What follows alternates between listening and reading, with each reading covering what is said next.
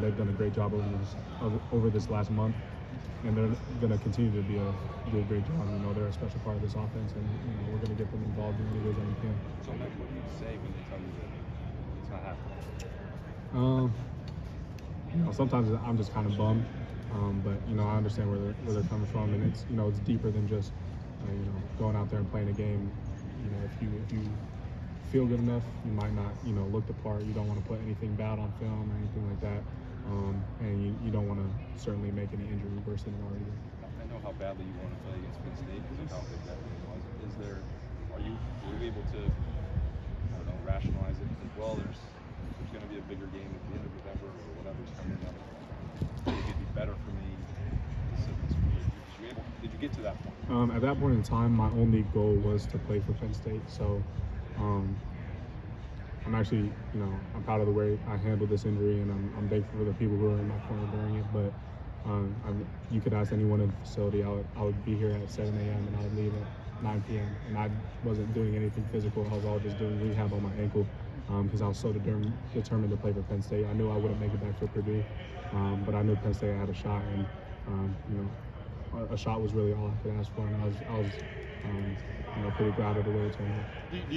7 to 9 p.m. is long to be here for rehab. What are the things you're doing?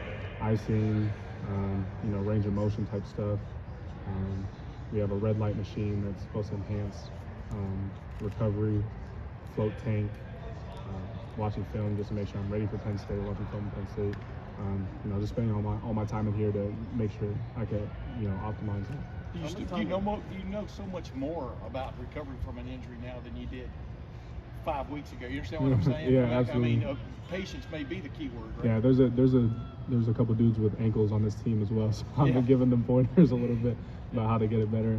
But no, yeah, it's been great. I've learned a lot, and I'm super grateful for the guys who have helped me come this far, especially our training staff. Yeah, you may have been asked this before I walked up, but how close were you to 100% last week? Did you feel close to, how you felt in the opener? Just how close are you? Yeah, no, I thought I felt good.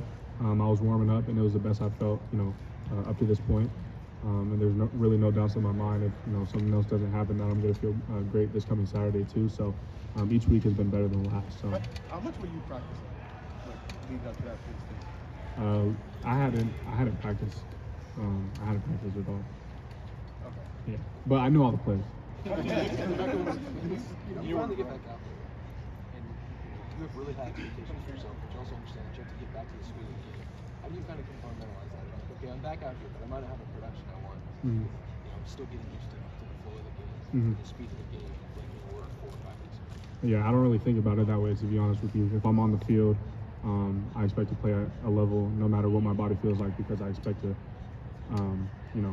if I'm out there, in my mind, I'm 100%. So I'm going as hard as I can every play, and I'm doing what my team needs me to do and expects me to do. So I guess that's kind of the crux of it. Like, you expect that from yourself, but then when you not saying you didn't play well, but when you don't see the production that you had in Notre Dame games, a couple games before that, you just kind of say, okay, I understand that I had to win that. Right now I can kind of go back to the drawing board, go full speed again this week. Yeah, right. I mean, there's a lot of components that go into that. For one, Rutgers was sitting in cover 2 all day. I was one of the leading receivers with 29 yards. So, there's that component of it. But I felt, even though we may have not, got the production per se, I felt that my routes were there.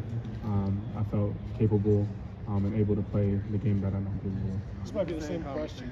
How do you keep trying to make up for lost time in the game? There's no really need for pressing, I would say. I'm not here to get accolades. I'm not here to, make my name highly touted and to, win the Blendikoff and all that type of stuff. I'm here to win championships, glorify the name of Jesus Christ. That's really all my purpose is to do on this team. So whatever my team needs me to do that given week, that's what I'm going to do. Have you ever missed that much time or that many games? I've never missed a game, I don't think.